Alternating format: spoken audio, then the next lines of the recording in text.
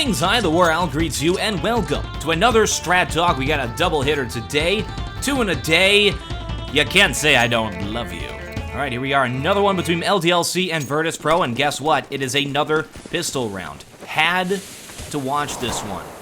This round absolutely blew me away, so let's check it out. I'm going to let the auto director run here, then we're going to go back, slow it down, figure out exactly what happened in this round. And I would like to know exactly what happened, so I'm looking forward to this one. Check this out. Counter Terrace doing a great job here. Terrace try to push through middle, and boom, boom, boom! 3 players down to headshots, now a 2 versus 5. Now watch the magic that is Taz and Neo. Fight like a phoenix from the ashes to take this. Spoilers, they win. Yeah, I kind of ruined it. But this isn't the point. This isn't a suspenseful thing. We know what happens. We want to figure out how it happened. Well, besides that excellent shot there by Taz. So they, one at a time, pick off their prey. Auto Director loves Taz, by the way. And still have middle counter terrorists. Not doing a good job of dealing with this. As you can see, they're sort of spread out all across the map. Not taking them on all at the same time. Just sort of allowing themselves to get tricked in those scary situations. Callie here at middle, now trying to rotate behind these guys. They both go short. Know about it, and now we hear them start to run. Neo and Taz move in to take this site. So again, they've split it up into a 2 versus 1. Love that. Neo shoots out for a Maniac flying through the sky. 1 versus 1. Anyone's game at that point, but Taz manages to get the final kill. So let's hop back. Let's check out exactly what happened there for that amazing win. All right, here we are at the start. Dem pistol rounds, so important. Let's check out the buy here on this pistol round. After the players are done fiddling around in the buy zone. And they are done. We actually had 1 smoke that we will not see thrown over there at middle. That is to allow the counter terrorist to cross without getting hit. A lot of times, terrorists will put players watching mid. They are not this time. And spray down there at the players crossing, as well as get a count of how many players cross. This way, LDLC can mask their movements. It's a smart smoke. We see KQLY here, Callie, buys a Molotov, an incendiary grenade, on the first round. That is so expensive. Counter-terrorists, of course, need to have at least one player buy a kit. Keep track of where that is for the defusal part of it. We actually see some decoys as well. Pasha and Apex both have decoys. On the T side, 3 players with armor. They're the frag players. Interesting to note, these frag players with the armor are the 3 who die very quickly. They're the entry fraggers on this. Taz and Neo survive. As we can see, Taz and Neo buy up the nades. On these pistol rounds, good idea to have some players buy armor. They're the ones who are like sort of taking the damage and dealing out the damage. Then you have the assist players. These are the players who are going to play backup. They're going to buy the nades and flashes. They're going to flash their teammates in. They're going to smoke their teammates in, and then pick up the slack after everything sort of dies down. So that's Taz and Neo, and goodness, do they do a good job at that in this one. So, smoke the cross. Just going to be Uzi here, and he's looking up middle, trying to get vision. Just trying to get any sort of indication. All right, he sees 3 people. He sees the smoke down there at middle, and now he knows. Terrorists have mid control. And what that tells him is terrorists are going to be going short. That's the tell. There's 2 places you can throw the smoke. One, to block off this CT spawn here, and the other to block off mid. The smoke at mid says, okay, terrorists are going short. Now, a pistol round like this, there's not a lot of smokes and flashes in play. So most of the time, terrorists are just going to commit to one strategy or another. So very intelligently, we see LDLC boosting players up here to short very quickly to surprise them. So they're going to get 3 players here at short. This is so smart. They're pre-flashing it. They are giving away that they're there. And that Molotov there was supposed to surprise them, supposed to stop their short rush. There's actually no player by LDLC inside of B spawn at this point, or a B site at this point, which is really interesting. Just going to be Uzi here, but he knows. I mean, they have the intel. LDLC they play this so well. So what went wrong? This is what went right for them here. Terrorists get Molotov down. That's scary. They're like, oh my gosh, so much flash. Fire everywhere. We must abort. Abort. And they do abort. As soon as that smoke clears at middle, or actually before it clears, they flash over and try to go out. And we see Snacks here going to check the corner, but guess what? Uzi's standing there sort of staring at you. Well, that's not good, Mr. Snacks. He goes down right away. Uzi holding it off. And we see Apex from the other side takes down another player. So, as we see, LDLC makes the crossfire here. 1 player still inside of CT spawn, 1 over on the B side to watch mid. So they have both of these players very nicely set up to watch mid. As you can see, terrorists have to engage. 2-on-1. If a terrorist tries to push, they engage both of these players, which is exactly the position they don't want to be in. And it's why that happened. So there's the smoke. So what could have happened there? Virtus.pro using their last smoke on this, smoking off mid to B. That evens it up so that it's just going to be Uzi over here on the B side. Terrace could have pushed mid, could have pushed into bomb site B, as we see Neo doing, and taken it. Unfortunately, that smoke was late. Taz threw that smoke a little bit late, or you could say that Pasha Bialy Snack sort of jumped the gun, ran through mid too early, trying to get it so that counter Terrace couldn't rotate and deal with it. So at this point, this is a point in the game where there is some serious trouble happening right now for poor Virtus.pro.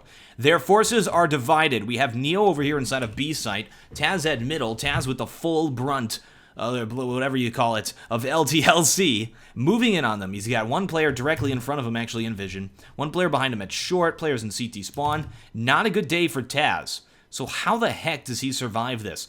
This is the mistake that LDLC made. They have bomb control. They see it middle. They do not move to take bomb control. They do not move to deal with Taz 2-on-1. They allow this to sort of happen. Also, they didn't have a player in B. That allowed Neo to sneak behind him. So Uzi is in some serious trouble here. And of course, Taz with some nice shooting. And counter-terrorists have bomb control. So this right now is literally the scariest position for these terrorists. They don't have any armor. They don't have helmets. They're out of nades and flashes. We have a decoy, whoop-de-doo, here for Taz. And Neo with a flash. My goodness. Can't take out 5 players with that. As well as the Glocks. Actually, Neo buying a P250 first round. Interesting choice. I actually would advise against this. Because you're spending that money on this. You're not going to be buying the nades and flashes maybe that you would like. P250 costs 300. That's a smoke nade right there. So there's better things to purchase than the P250. Especially considering the Glock, as we see Taz here holding, is... Wait for it. Wait for it. Wait for it. Wait for it. Wait for it. Wait, it's a one-hit kill. He takes out Uzi. So, this is a big opportunity for LDLC. Once again, they have the numbers advantage. We see Virtus.pro is still divided. This is not where they want to be right now. Happy and Cali could have pushed Taz. They could have taken him out. He has 2 health left. So what did they do? What happened? Why didn't they continue with this? They fell back. They let him have it. They are playing so passive here. And that passivity puts them in serious jeopardy.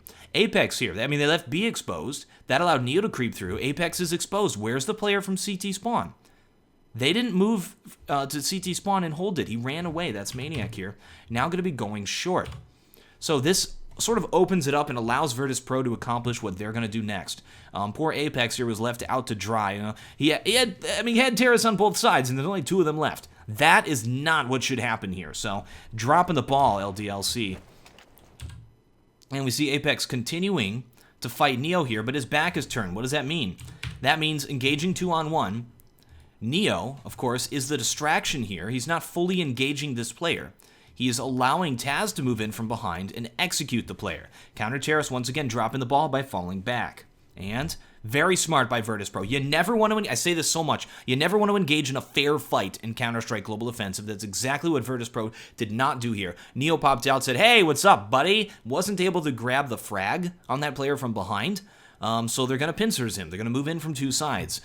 Here is Taz. Bait and switch. All of that. Just moves in. Just executes him. Walks out there, simply shoots him in the back of the head and takes him down. Now, Virtus.pro has something going on for them.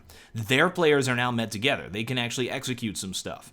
So we see Neo here holding down B site. The logical move now for these terrorists is, let's take the bomb and run B. Of course, terrorists are going to be aware of that. Here is a Maniac watching for Taz. Taz, of course, not making the obvious decision to run through middle. And finally, these 2 players decide to charge Taz. I mean, how does Taz survive this? He stays middle. He doesn't overreact. He has 50 seconds left. He has counter-terrorists moving in on all sides. Okay, here's a mistake, is moving Cali into B tunnels, because now you aren't able to move in 2-on-1. I mean, we have Maniac here. This is sort of like checkers would be the best way to say it, because you got to be able to jump over the piece to take them out. So we have Maniac here from CT spawn. One player pushing through middle. That's good. That sort of cancels out Taz. But then we also have Neo here, so that cancels out whoever else is moving in. And that means that the one player not doing anything, Callie, as they're trying to gain some position, is a little bit useless throughout this next engagement.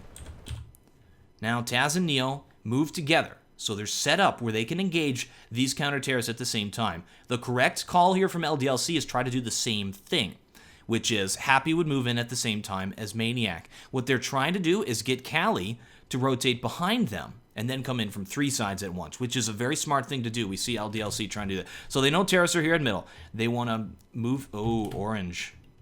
Not happening. They want to move in from B. They want to move in from CT spawn. And they want to move in from mid. And just sort of 3 sides take these players down. Easy peasy lemon squeezy. It doesn't go that way. Maniac engages. Then Happy engages through middle. Oh no, there's a Taz! That didn't work out very well for them, did it? Not checking their corners there. Callie, in the meantime, taking his sweet time, not able to rotate. At this point, it turns into this 2v2. Maniac wisely falls back, so he's got to regroup with Callie. What they can do at this point is hold the bomb sites. They're split up. They need to try and set themselves up where they can engage 2-on-1 again. Callie takes a long time to rotate once again, just Maniac here. So now, again, putting themselves in a bad situation. Virtus.pro has very intelligently positioned themselves in a 1-on-2. Maniac versus Neo and Taz. This is exactly what you have to try and do in this game. They did it perfectly in this round. He's down. Now it's another 1v2. We just watched. We had 5 players there on this counter-terrorist side. And, I mean, the first one was a 1v1 with Taz just sort of picking that player off. But then it turned into a series of 1v2s. Taz and Neo converging on a single player. And this is the last one. This is Callie. So they can actually trade at this point. There's the trade.